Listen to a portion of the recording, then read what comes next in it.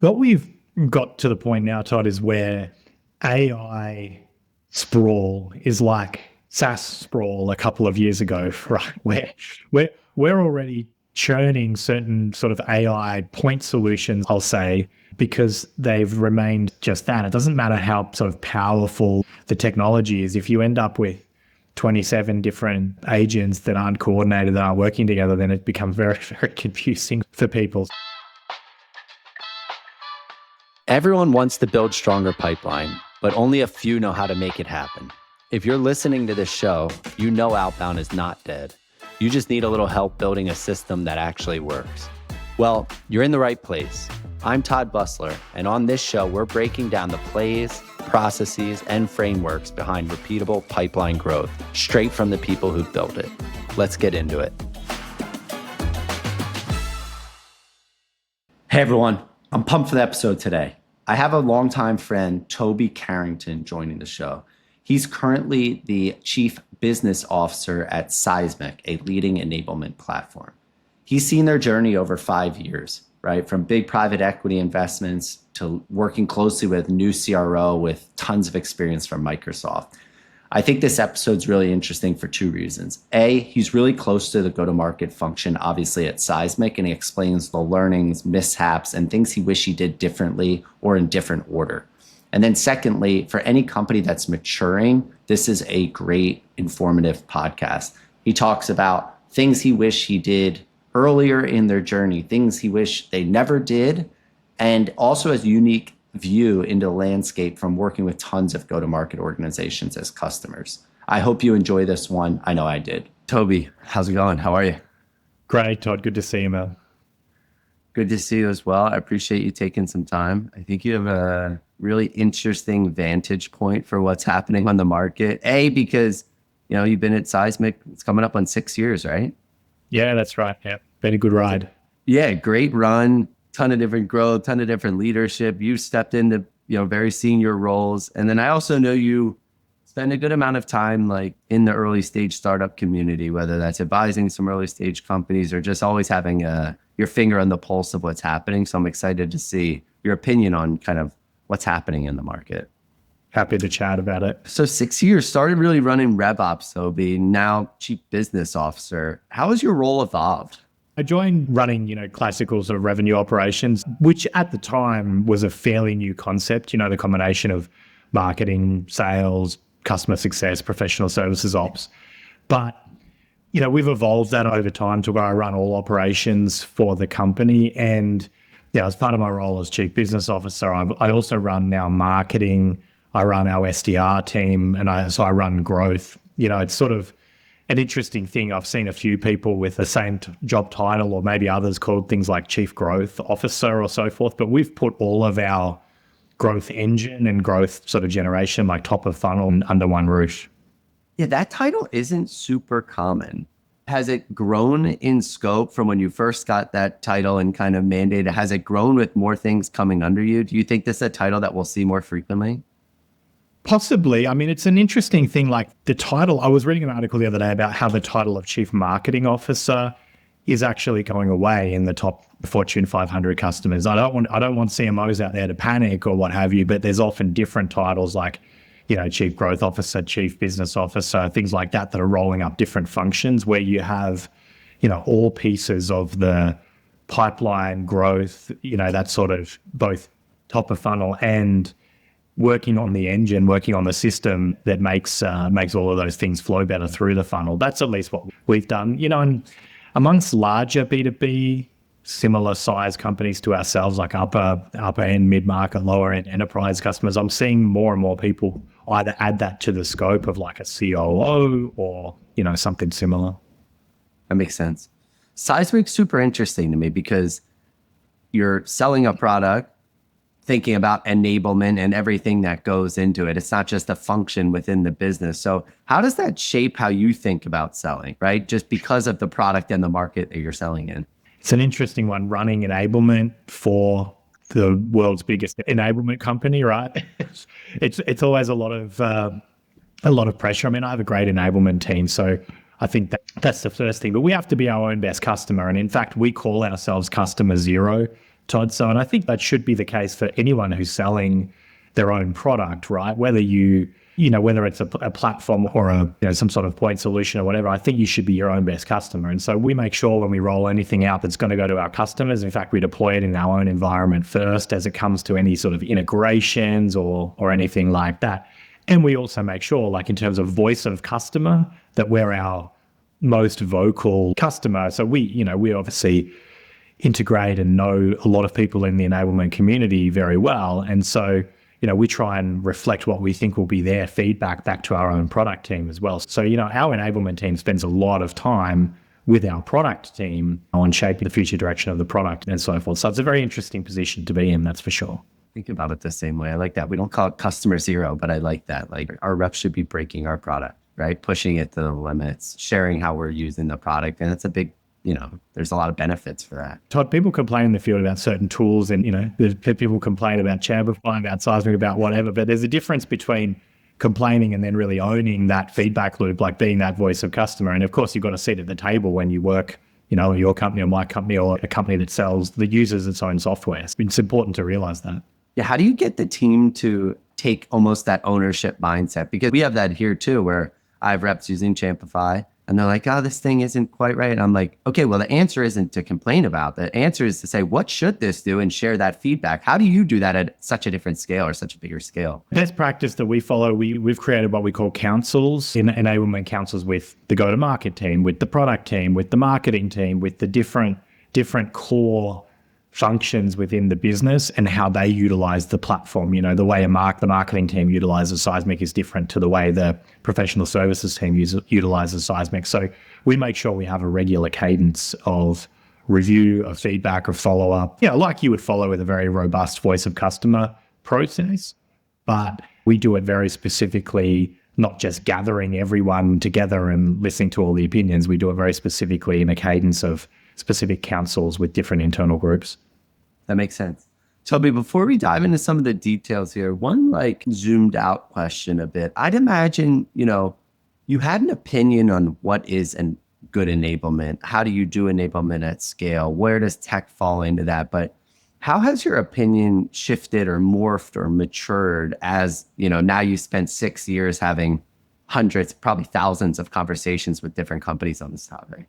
When you view how organizations view enablement, there's a big maturity curve, right? There are people that are just looking to solve they're hiring quickly. They have basic onboarding challenges. They have problems with content that people can't find what they need and things like that. And then you have the other end of the scale, and that's becoming more and more prevalent, especially in our larger customers who are really trying to evolve their go-to-market to be faster, to move up market, to have bigger deals, win more, and so forth. And I think in the current pace that things are going, people are realizing they need to, whatever industry they're in, they need to keep up with the times. They need to release products faster. They need to do all of those things faster. And so enablement as a strategic lever is something that I've seen evolve even during my time at Seismic. From some, typically we would talk to people, VPs of enablement, heads of enablement, heads of product marketing and things like that.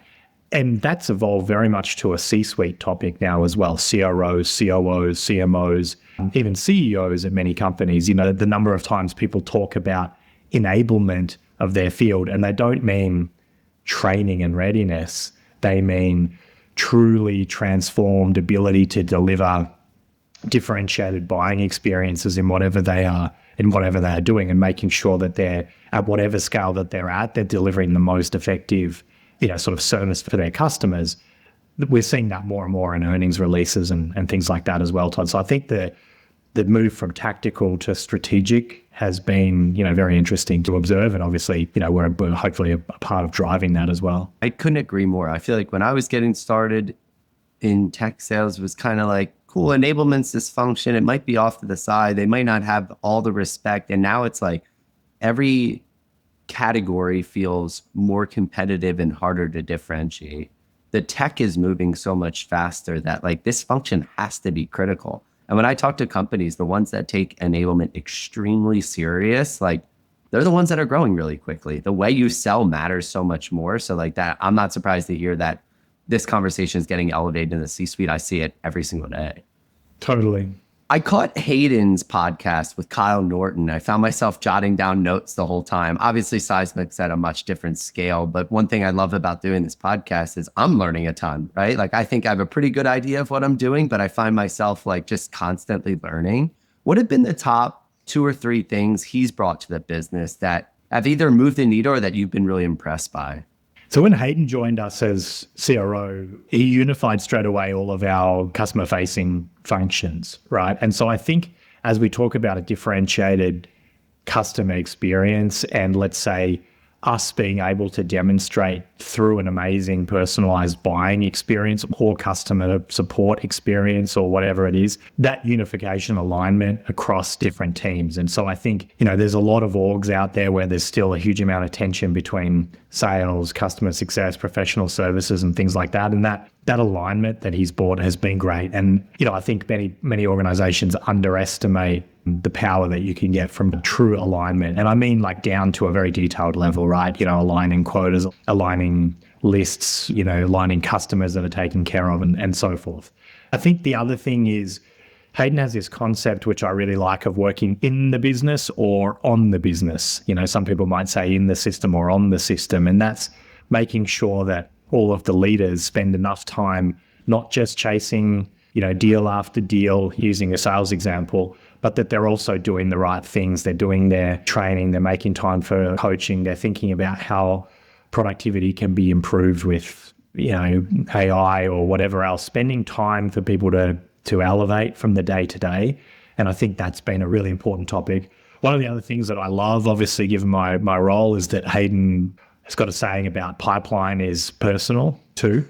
And I think that's also really good. I've seen a lot of organizations and where reps, salespeople believe that pipeline should be delivered to them to come as out of the sky, inbound, or, from a BDR team or what have you, that I've seen it work very effectively here and at other places where there's really, really strong alignment, where there's specific emphasis on sellers, on customer success managers and so forth, not only doing their job of booking deals and retention and so forth, but also really actively working on driving their own personal pipeline. Yeah, those are a few of the things that he does. But, I think the collaboration, alignment, and, really understanding that the way for us to scale is going to be not just doing things the same way, not just hard work, not just crazy amount of effort, not just sort of all of those things that are still important, but it's also really thinking about the ways that you scale. It's really interesting you say that. We have a customer, high-flying public company,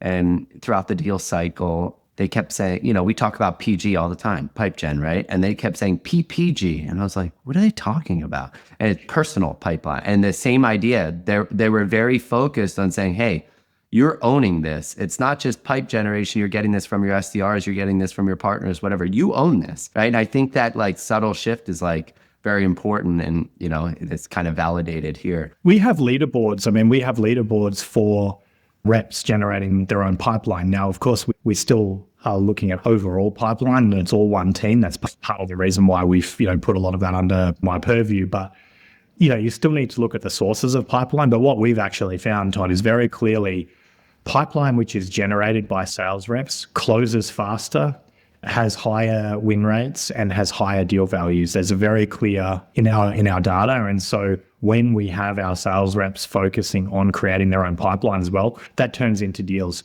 for them down the track.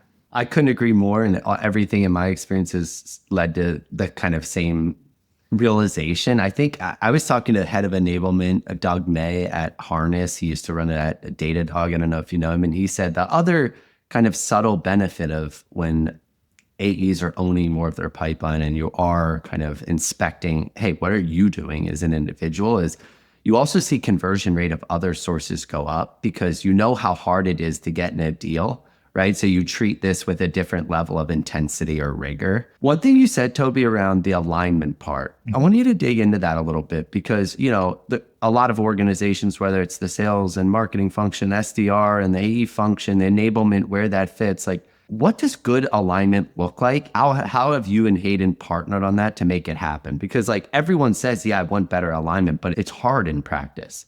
Call me old school, Todd, but I still believe very much in rigorous cadences, right? For every organization, I think probably that's listening has a forecast call where they discuss new deals and they look at pipeline. And I bet they all do it at 10 a.m. on a Friday or, 4 p.m. on a Monday, whatever time, but they do it at the same time every week in the same order in the same format. Or if you don't, maybe you should do that because that's the best way to be efficient and get into that practice. But I would assume that a very high proportion of people are doing that. We view, and I view, and Hayden views, that doing the same thing for pipeline generation, doing the same thing for at-risk accounts that need a teamed approach to save is the same thing. And so we've also created regular cadences, same time of the week, same order, same process, same format for how we discuss and prepare for those type of things, right? So the pipeline is no longer, reps or sales leaders complaining about why they don't have enough pipeline. It's a collaborative meeting with marketing, with the BDR teams, with the account teams, both pre and post sales when it relates to existing customers, talking about pipe generation, what worked, what didn't work, and so forth. And the other thing is making sure that people are accountable. I mean, if we have a call about an at-risk customer and we have the whole team on, we have a series of actions, we follow them up. And that's, again, pretty old school, but it works because if you just do it ad hoc, if you just use emotion rather than data or facts or, action items, you end up with a different result. So, we've seen very clear results of doing that, both in terms of business results, but very much in terms of fostering the spirit of one team. Yeah, it's interesting in this, AI world we're living in now and vibe coding, and you don't need structured meetings. And it's like, I don't know. The best sales orgs I talk to every day, they have rigorous cadences, they're inspecting, they have high accountability, they've scheduled operating cadences. I don't think the vibe coding world and the vibe marketing world transfers the way a great sales org needs to be run. You need to use AI in, everything that you're doing and helping to prepare for those cadences, helping to do those things. But, until we get to the day where humans are not buying and humans are not selling, right? There's going to be personal expectations of how you show up, how you prepare, what you do. I was actually listening to something yesterday, one of the CROs that I admire a lot, my friend James Roth over at Zoom Info. He also said something yesterday about consider me old school, but if you turn up on time, if you follow up, if you present yourself well and so forth, you will perform better. And I still think all of those things are very true as it relates to preparation and accountability and personal accountability and working together. I think they're more true now. I couldn't agree more. I caught his podcast recently too. And found myself jotting down all of these notes. I'm like, I think the way you sell matters more, right? Today, I think it's just like, there's a certain group of people in sales that are like, that's the product or we don't have the positioning. It's like, I think the sales rep can control a lot more than people give credit to, which means all of the stuff that James mentioned matters a ton. Right? It matters a ton. The buying experience and the trust that is built in that cycle. Look, it doesn't matter how far down the funnel that somebody is. When they start to have that human interaction, it needs to be absolute first class. And that's where, we're still big believers in the way that you prepare, making sure that people are ready for those moments that matter are even more critical now because there's potentially less of them given how much, research and whatever is being done with AI. So 100% agree with you. But a lot of that is discipline. It's personal discipline. It's personal accountability. So I'm hearing a lot about kind of how Hayden brought some even more rigor around alignment, more of a focus on the PPG, right? The personal pipeline generation, the ownership of that. How has that focus and rigor on personal pipeline changed either the types of reps you recruit or the people you're promoting? How has that kind of flowed through the organization? I think there's a couple of business results maybe that are worth talking about too, Todd, with that. And that's on the back end. When you take a short-term view, just win any customer, whatever it is, pipeline came in from a particular non-ICP customer, but a rep was like, okay, I'll work on this. Maybe you close it at a lower rate or so forth. But the flow-on effect is that those non-ICP customers churn. They're not successful. We spend a disproportionate amount of time taking care of them. So in things like us as a marketing and operations team refining our ICP, where we're going to go after and target, that also requires, a very personal buy-in from the sales reps to ensure that, they're focusing on the right sort of pipeline and ignoring the rest of the pipeline. You know, as you go from an earlier stage company to a later stage company, you can't just take any deal. You don't, like, not all ARR is created equal. And so we've seen that start to flow through because people see the results. They realize that when we're dealing with customers that have a real need for our platform, that the deals are bigger, that the customers stay, that they, as a cohort over time, that they buy more. And that was an interesting shift for us to move from do any deal so that we can grow to doing the right deals. That's meant, of course, that we've had to hire reps that think maybe a little bit more long term. We've continued to lower the span of control of our reps. I mean, as Seismic has always sold into larger companies, more traditionally, we have products that go the full, span of different types of customers, but just the way we evolved, we were solving problems that also big companies had and, went in there. So we sort of had a muscle of selling to the enterprise. What we've done, though, is made sure that we're not just winning the logos, that we're also really having a very, very clear expansion plan over time with those accounts. And, in some of our larger global segments, people are not even on an annual commission plan. Like it's extended beyond to even like a 2-year type of plan to encourage a bit of longer term thinking with those bigger customers. So there's things like that has meant that we've had to change and hire general managers in some cases of their business. We've hired senior leaders and we trust senior leaders to run their businesses, in whether it be in financial services or in our tech vertical or whatever it is. But we've had to move away from, just shooting down whatever deal was in front of us to really thinking strategically about, if they're the right deals. Where do you think people go wrong in that, Toby, right? Because, I talk to a lot of organizations. Hey, I want to be more strategic. I want to make sure we're not just getting the logo. We're thinking about what is the total potential spend we can capture at this account, or what is every line of business that we can go get. In practice, how do you go and make that happen? Or where do you think people go wrong? I think I've seen people go wrong in the way that people sort of transition accounts, right? If you have this very traditional model of you win a logo, you win a customer, and then you hand it off to someone, like some sort of hunter and farmer, or maybe AE and CS, where there's the incentives are misaligned for the rep to stay involved in that account. I think that's one thing because, you sort of, the person who's created that initial plan, that initial trust and so forth, then if they completely move away and don't have incentives to stay involved, I think you minimize the chance there. I also think if you're too optimized for quarterly achievement, short-term targets and things like that, that's another thing. And I also think I've seen organizations that change territories really, really often. There's some large organizations like, Salesforce that are pretty well known for changing territories all of the time. I know that I said years ago, don't do that to me because I don't want that, and I will grow at a much higher rate if you don't do that. And so I've had the same rep for years. But I think there's something in that too, where people, some organizations philosophically chop and change reps a lot, and I don't think that is the right way of doing things. You and I have known each other for years now, and so there's, we're not buying and selling per se, but there's an inherent trust built up with people over time, and I still believe that's really important as well. Makes a ton of sense. Talk to me about one thing that I'm very fascinated as organizations go from more single product to kind of platform plays. And I think Seismic, at least from the outside, has done this very well. How do the leading indicators or how you size up your bets change throughout that expansion motion, right? I'd imagine when you started, it's like, hey, we have our target accounts. We have a singular product. We know what, the number of meetings we need to get. We understand conversion. And when you're going into new markets with new SKUs, how do you approach that?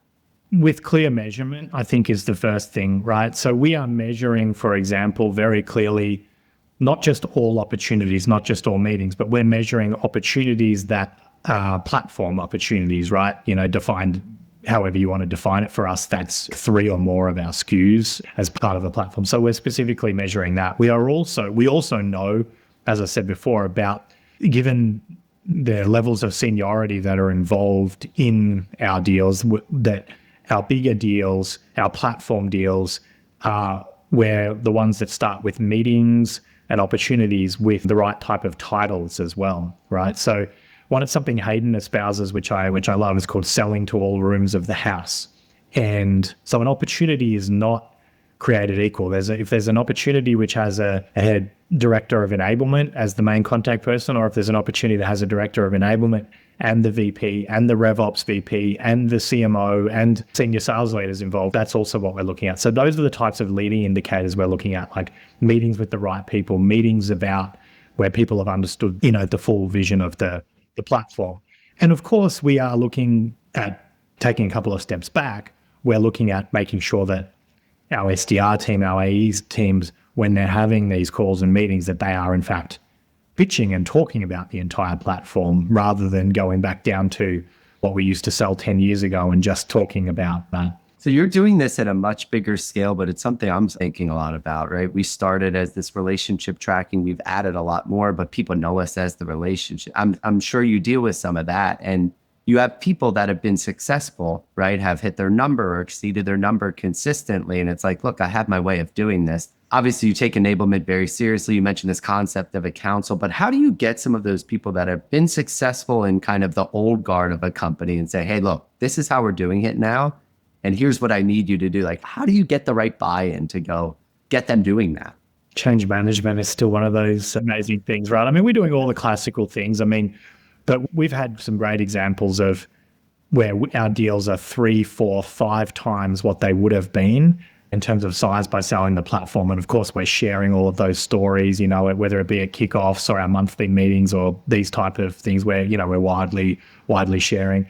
We're also, we talked about cadences and things like that. We're also making sure that we institute not just deal related inspection, like between, frontline sales leaders and sellers, but also pipeline calls, coaching calls, and things like that, and skills development too. So our frontline leaders are also expected to be working with the reps on, some of these things, thinking bigger, thinking more broadly, engaging other people and so forth. And, of course, when people are winning and when they see the results, that's the other thing. So we're making sure that we have the right sort of data that's going back to support the fact that, look, when we do this, revenue per seat is higher, win rates are higher, and things like that. Like, I'm a big believer in being very transparent with what works, letting people know. Then the other thing is incorporating all of those best practices. I mean, there are certain things that top salespeople do, and they do them to a different, at a different frequency. Like, they might do more of something, they might do less of something, but they also do things to a certain degree of quality. And so wherever we can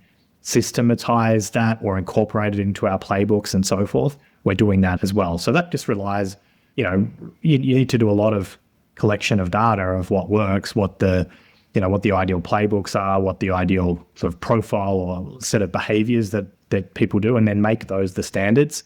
And, that's sort of what we're doing to continually trying to evolve. Is there some examples of those sets of behaviors that the reps are doing maybe now way more frequently than a couple of years ago that are starting to work, that you're trying to kind of get the whole organization to start doing? Any examples there that jump out? Yeah, I want to use it. Again, this is going to make me sound really old school, but the number of meetings with the right people, we have clearly shown that as a result on both pipeline, deal advancement, deal closing, and so forth. And so we are inspecting, are they having meetings with the right people? And when they're having those meetings, are they saying the right things?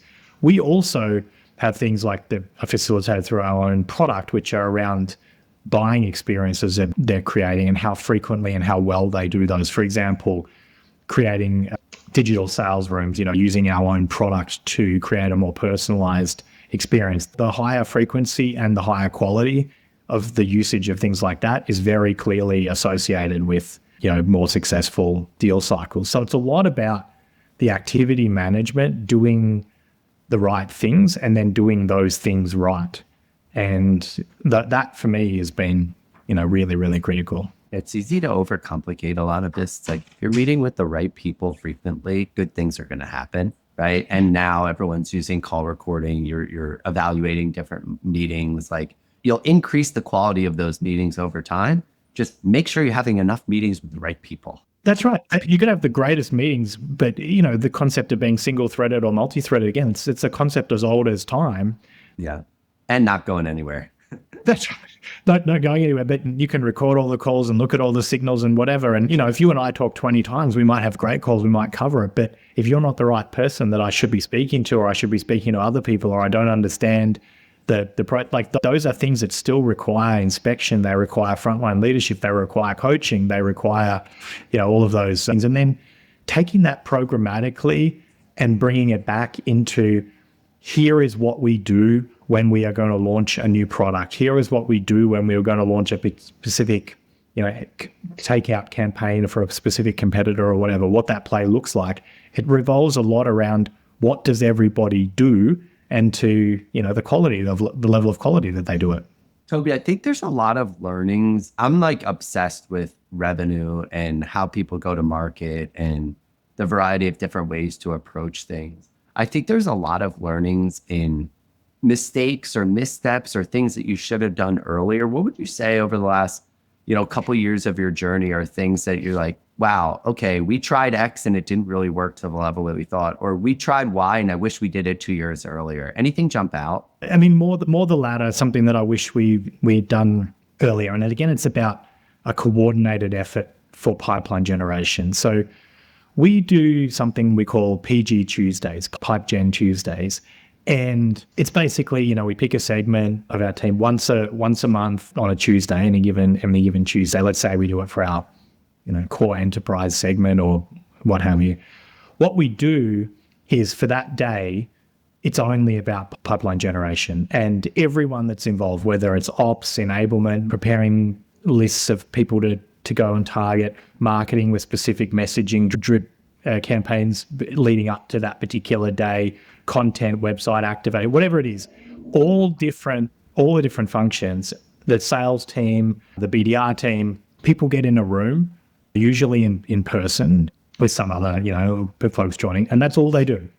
And we generate 4, 5, 6 times sometimes the amount of pipeline that we would normally generate in any given day with just that focus. Now, you can't overdo it because, you need to prepare for these things, but I sort of took it for granted that, of course, people are working together to generate pipeline, of course. But again, it's a little bit about creating those rituals, those routines, those cadences to make it happen. So that's something which I wish we did earlier, because it also had some really interesting side benefits. As I said, people are together, they're jamming together, they hear each other, they all sit together in a room.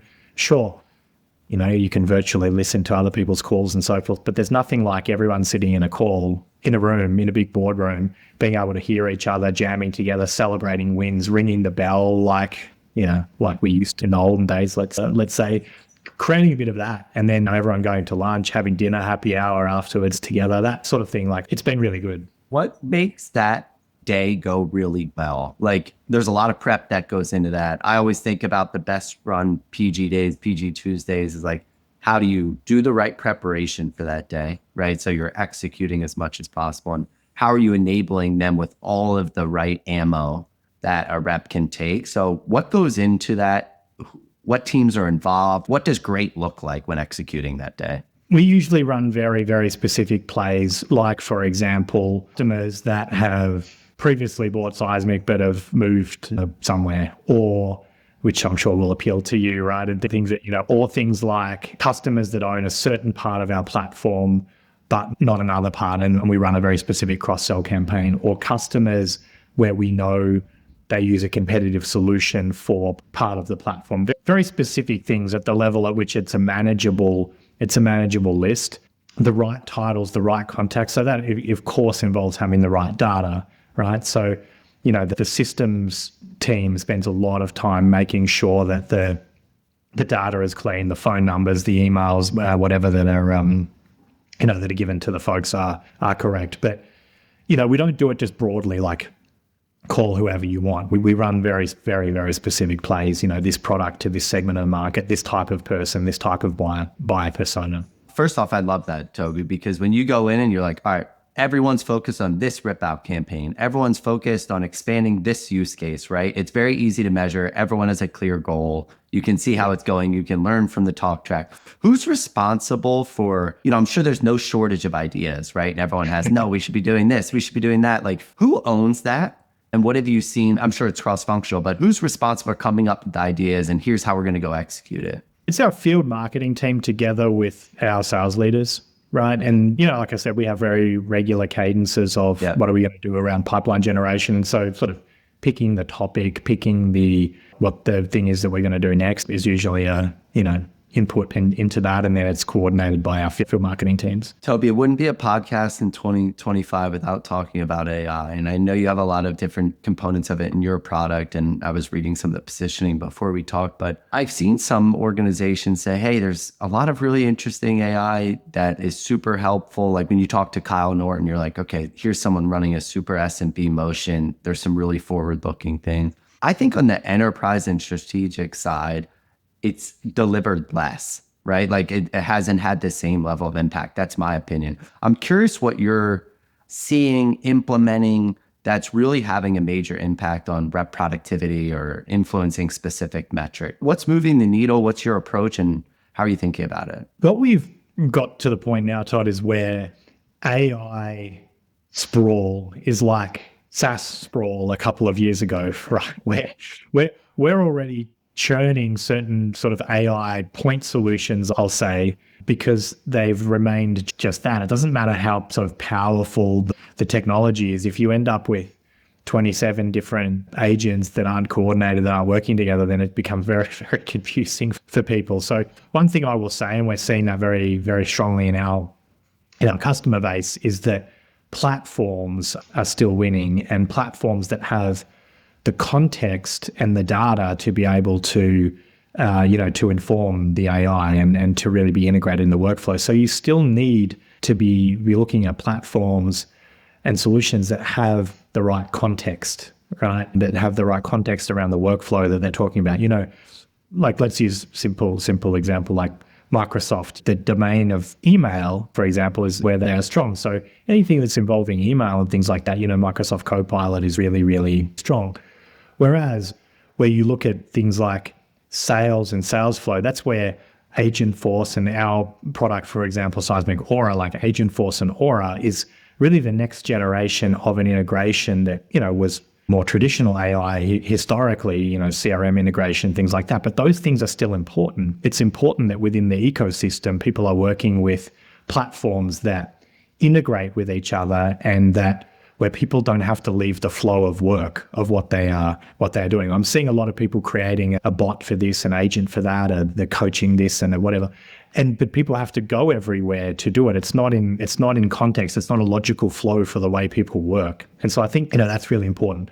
The other thing is that overlap becomes even clearer, more unclear for a buyer of technology. And, I work with a lot of early stage companies and I see a lot of these technologies becoming more and more complicated because everybody could do this and there's overlap and so forth. You still have to partner with people that have the domain expertise, that know that workflow. We're seeing that, as I said, we're already training a couple of platforms because the application of the AI was the wrong thing to do. So people need to be very careful of the shiny object syndrome of you could do this with this particular thing, or is it really better to have a platform that does many things and most things well enough that has AI in context, right? So, maybe a shameless plug for a couple of companies that either we use or that I'm involved with. I'm sure you've probably seen Momentum.io pretty heavily used. And again, why I like them is they're fixing a data problem, right? So before generative AI, you ask any RevOps person what they have to do first, and they will say, I have to fix my process, and then I can apply technology. That's bullshit now. That's not true. You don't have to fix your process. AI can fix your process if it has the right data and you tell it what you want to do. You have to describe the end state and then fix your data. And, Momentum is doing an amazing job at, sort of enterprise listening, collecting the data and then pushing it back out into the specific things that basically enable processes to happen. But the way you do it is you describe what it is you want to do. I want to reduce churn by doing X. I want to, whatever the case may be, and putting all of the data in. We don't have a problem of not having enough data. People have a problem of having too much data and not knowing what to point at what data to do for what purpose, right? Another one that we're using, we just relaunched our website, and we have on there a virtual inbound SDR from a company called OneMind. I'm sure you've also played with it before this call. I played with it a little bit before this call. Yeah. That's an amazing technology. Now, I do not share the hypothesis that Amanda, the CEO, has about humans being replaced by AI, but I see that we can have really, really engaged conversations with our prospects and customers on our website. The conversion is significantly higher than other traditional means of filling in a form or different types of non-AI chat. And then that gets handed off with a lot more context, a lot more data, very, very clear next steps for our BDR or sales teams. So of course, these AI superhumans can do a lot of different things, but that's the application that we're using it for. Yeah, there's a lot of other interesting things happening. I just think that people need to focus on very, very specific workflows, use cases, and focus on fixing the data that will enable that. One of the things that I'm most excited about is with our own product is the integration with things like Copilot, with Agentforce, and things like things like that.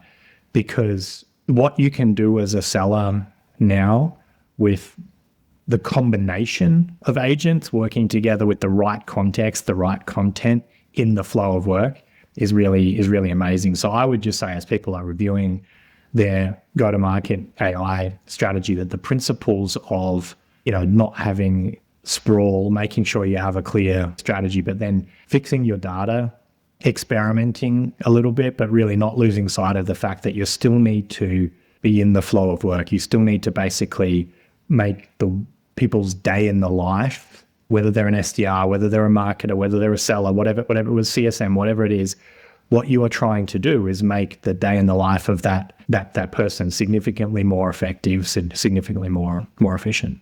You answered my question before I even got there. I was going to say, what advice do you have because I'm putting myself in the shoes. I feel this as the CEO of a company, but if I'm a new CRO, new VP of sales, you're getting pitched by 1,000 different AI work streams and vendors. And I agree with you, already seeing this kind of AI sprawl. Yeah. And it's easy to get caught up on, wow, look at this sexy thing. But it's like, look, if it's not solving a real problem, if it's not in workflows that people are going to adopt, if it doesn't play nicely with other things that you're doing, it doesn't matter.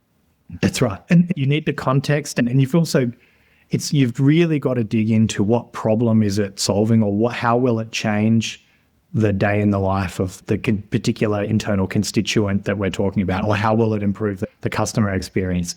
Just because you can do something with AI doesn't mean that you should, if it's not the right thing. And I think people have to be careful. It's very easy to spin up a company now built on some other model with a very specific niche use case, and you've got to make sure you zoom out a little. I mean, one sort of piece of advice, and something that we've changed even internally, we're 1,400 people or so, is when we're doing our planning, like our workforce planning, our talent planning and so forth, we've now really incorporated into our process asking the question of, do we need to add a human to do this, or is there an AI agent that can built within some of our existing platforms that can do this, or is it some sort of assistive AI combined with a person that can scale? We've seen, for example, in the last 18 months or so, the productivity of our BDR team is almost double per head. Now, we still have plenty of BDRs.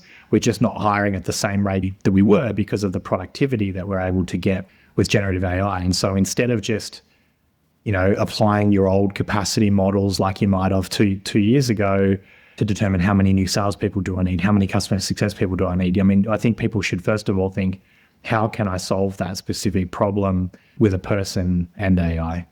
Toby, this is awesome. Where can people find you if they have questions? LinkedIn best? LinkedIn's best, although I'm not loving the new algorithm where, say, if I post something, you find out about it 3 weeks later, but LinkedIn for sure. Toby, I just first off, I want to say big thanks for taking some time. I know you're really busy running a very big, sizable business, and I always learn things when I talk value. I appreciate your generosity. I'm rooting for you guys, and it seems like you guys are on a great path. So big thank you. Thanks, Todd. Appreciate you. Always happy to chat, man. All right, take care, Toby. Thanks for listening to Cracking Outbound. If this was helpful, let us know by messaging me, Todd Busler, on LinkedIn, and share this episode with a friend that you think will be interested. If you want more resources about building and scaling all things outbound, you can sign up for our newsletter at champify.io/blog.